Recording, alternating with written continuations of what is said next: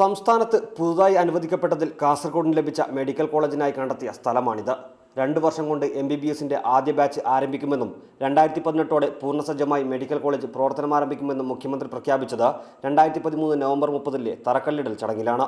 എന്നാൽ തറക്കല്ലിട്ട് 8 മാസം പിന്നിടുമ്പോൾ ബദിയടുക്ക പഞ്ചായത്തിലെ ഉക്കിനടുക്കയിൽ 62 ഏക്കർ സ്ഥലത്ത് ആകെ നടന്നത് റോഡ് നിർമ്മാണം മാത്രം.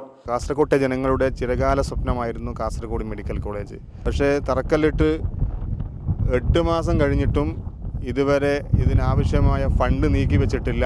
നബാർഡിന്റെയും പ്ലാന്റേഷൻ കോർപ്പറേഷന്റെയും സഹായത്തിൽ സിയാൽ മാതൃകയിൽ മെഡിക്കൽ കോളേജ് തുടങ്ങുമെന്നാണ് പ്രഖ്യാപിച്ചിരുന്നത്. ആദ്യഘട്ടമെന്ന നിലയിൽ 300 ബെഡ് ആശുപത്രിക്കായി 150 കോടിയുടെ പദ്ധതി നബാർഡ് സമർപ്പിച്ചെങ്കിലും ഇതുവരെയും സർക്കാരിന്റെ അംഗീകാരമായിട്ടില്ല.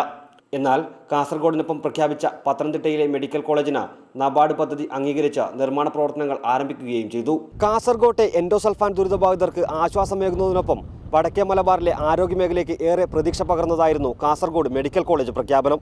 ഇതിനായി നബാർഡ് തയ്യാറാക്കിയ പ്രൊജക്ട് ഫയലിൽ കിടക്കുന്നതും അധികൃതരുടെ അനാസ്ഥയും കാരണം മെഡിക്കൽ കോളേജ് ഇന്നും തറക്കല്ലിൽ ഒതുങ്ങുകയാണ്. പ്രദീപ് നാരായണൻ, കാസർഗോഡ്, ഇന്ത്യ വിഷൻ.